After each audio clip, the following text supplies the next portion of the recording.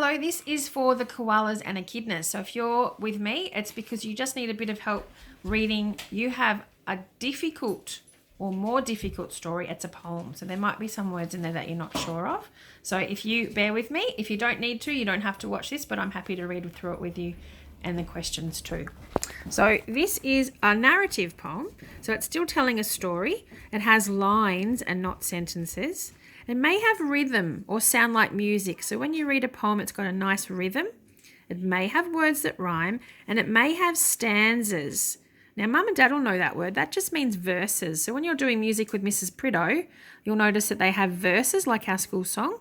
And so this has little verses, okay? And that's why you'll see that it's actually broken up into parts, all right? Now, you don't need to read this with me. If you know you can read it, you can just skip along to the questions. But for those who would like me to, here is the story, The Canary, and it's by Elizabeth Turner. And here we go. Mary had a little bird with feathers bright and yellow, slender legs, upon my word, he was a pretty fellow. Sweetest notes he always sung, which much delighted Mary. Often where his cage was hung, she sat to hear canary. Crumbs of bread and dainty seeds she carried to him daily. Seeking for the early weeds, she decked his palace gaily. This my little readers learn, and ever practice duly. Songs and smiles of love return to friends who love you truly.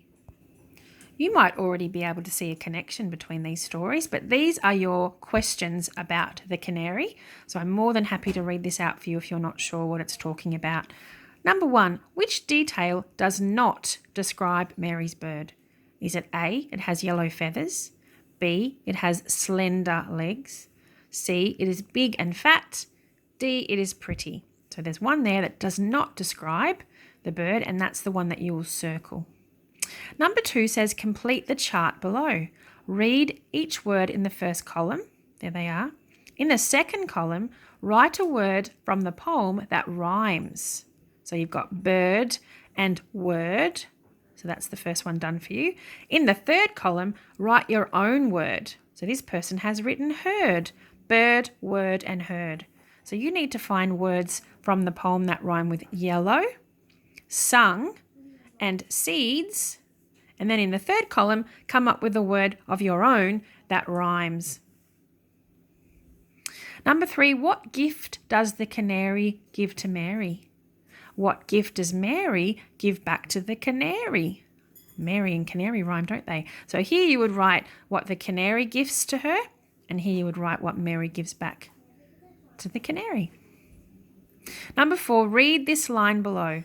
She decked his palace gaily. Now, decked is written in extra dark writing because that's the word that we want you to look at. You have to come up with what you think the meaning is for this word. So in the line, decked, does it mean A, hit or punched? Does it mean B, made pretty? Does it mean C, washed and cleaned? Or D, added plants? If you're wondering what the word gaily means, it just means to be pretty and bright. But the word you need to find the meaning for is decked. So they are your questions. These will be submitted to your teacher today, koalas and echidnas. And if there's a part that you're not sure of, you are more than welcome to leave it blank, but you can also get mum or dad or nan or pa or someone at home to help you.